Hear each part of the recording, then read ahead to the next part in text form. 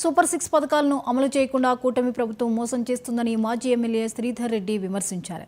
శ్రీ సత్యసాయి జిల్లా పుట్టపర్తి వైసీపీ కార్యాలయంలో బాబు షూరిటీ మోసం గ్యారంటీ కార్యక్రమాన్ని నిర్వహించారు. మహిళలకు ఇచ్చిన 3 సిలిండర్ల పథకం కూడా సరిగా అమలు చేయలేదన్నారు. ఒక్క మహిళకైనా 3 సిలిండర్లు ఇచ్చినట్లు నిరూపిస్తే చంద్రబాబు పాతాలకు సాష్టాంగ నమస్కారం చేస్తానని సతీష్ రెడ్డి బహిరంగ సవాల్ విసిరారు. సూపర్ 6 అని చెప్పి ఆ రోజు ఈ చంద్రబాబు నాయుడు గారు ఈ పవన్ కళ్యాణ్ వీళ్ళిద్దరూ సంతకాలు చేసి బాండ్ల రూపంలో మన గ్రామాలందరికి ఇచ్చారు లేదా సోదరులారా?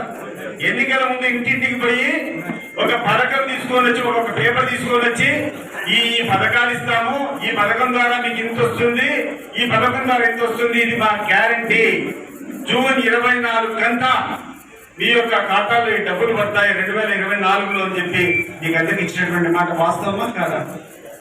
మరి ఈ రోజు చంద్రబాబు నాయుడు గారిని అడుగుతున్నా, అయ్యా నువ్వు ఇచ్చినటువంటి సూపర్ 6 లో మొట్టమొదటి మా రైతులవి.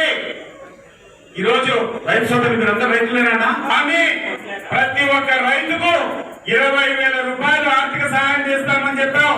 కేంద్ర సహాయంతో సంబంధం లేకుండా కేంద్రం ఇచ్చే 6,000 డబ్బులు ఉంటుంది కదా, అది కాకుండా 20,000 ఇస్తారని చెప్పి చెప్పాడా? ఈ రోజు ఎన్ని రోజులు అవుతారు ముఖ్యమంత్రి ఎక్కడన్నా ఒక్క రైతుకు ఒక నాగిన పైసా వచ్చిందా అని చెప్పి నియోజకవర్గం నుంచి లేదు.